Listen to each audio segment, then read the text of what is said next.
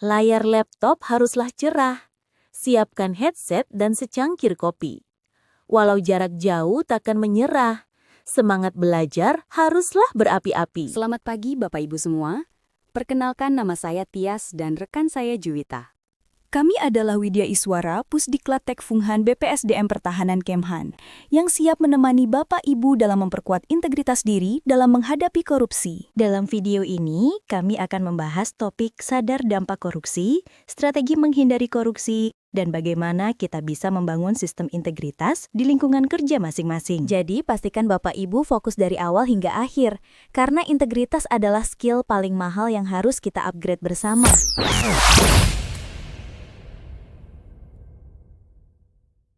Bapak Ibu, apakah pernah mendengar atau membaca di media sosial adanya pembangunan infrastruktur yang mangkrak atau bangunannya mudah rusak? Pastinya, di diri kita akan merasa kesal dan kecewa. Karena ada sesuatu yang disalahgunakan dana pembangunannya atau adanya markup anggaran. Nah, ini dapat dikatakan sebagai korupsi. Hal ini juga dapat terjadi pada diri kita sendiri dikala kita mengalami kesulitan ekonomi. Karena kesulitan ekonomi itulah, terkadang tanpa disadari kita yang menduduki jabatan dan menggunakannya untuk kepentingan pribadi. Semua itu adalah cerminan dari korupsi. Sesuatu yang terasa jauh, tapi dampaknya begitu dekat dan merusak setiap sendi kehidupan kita. Iman boleh kuat, tapi imin patut diwaspadai. Tapi sebenarnya seberapa besar sih dampaknya?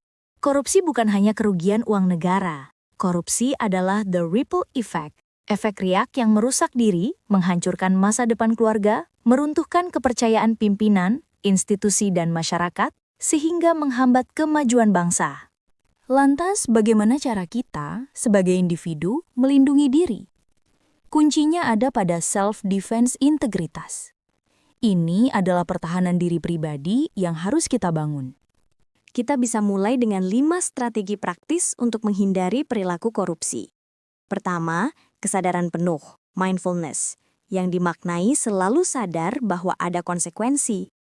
Yang kedua, zero tolerance, yaitu tidak ada tawar-menawar terhadap ketidakjujuran sekecil apapun.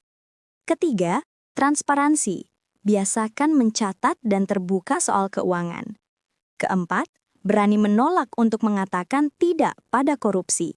Dan yang kelima, hidup sederhana, menghindari gaya hidup konsumtif yang akan memicu mencari jalan pintas. Semua usaha individu ini akan semakin kuat jika kita terapkan secara bersama, yaitu dengan membangun sistem integritas di lingkungan institusi kita.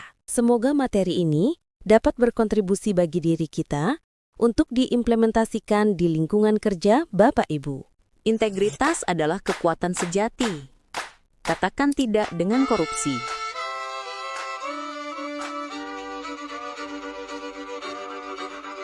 Kisah usang tikus-tikus kantor yang suka berenang di sungai yang kotor. Kisah usang tikus-tikus berdasi yang suka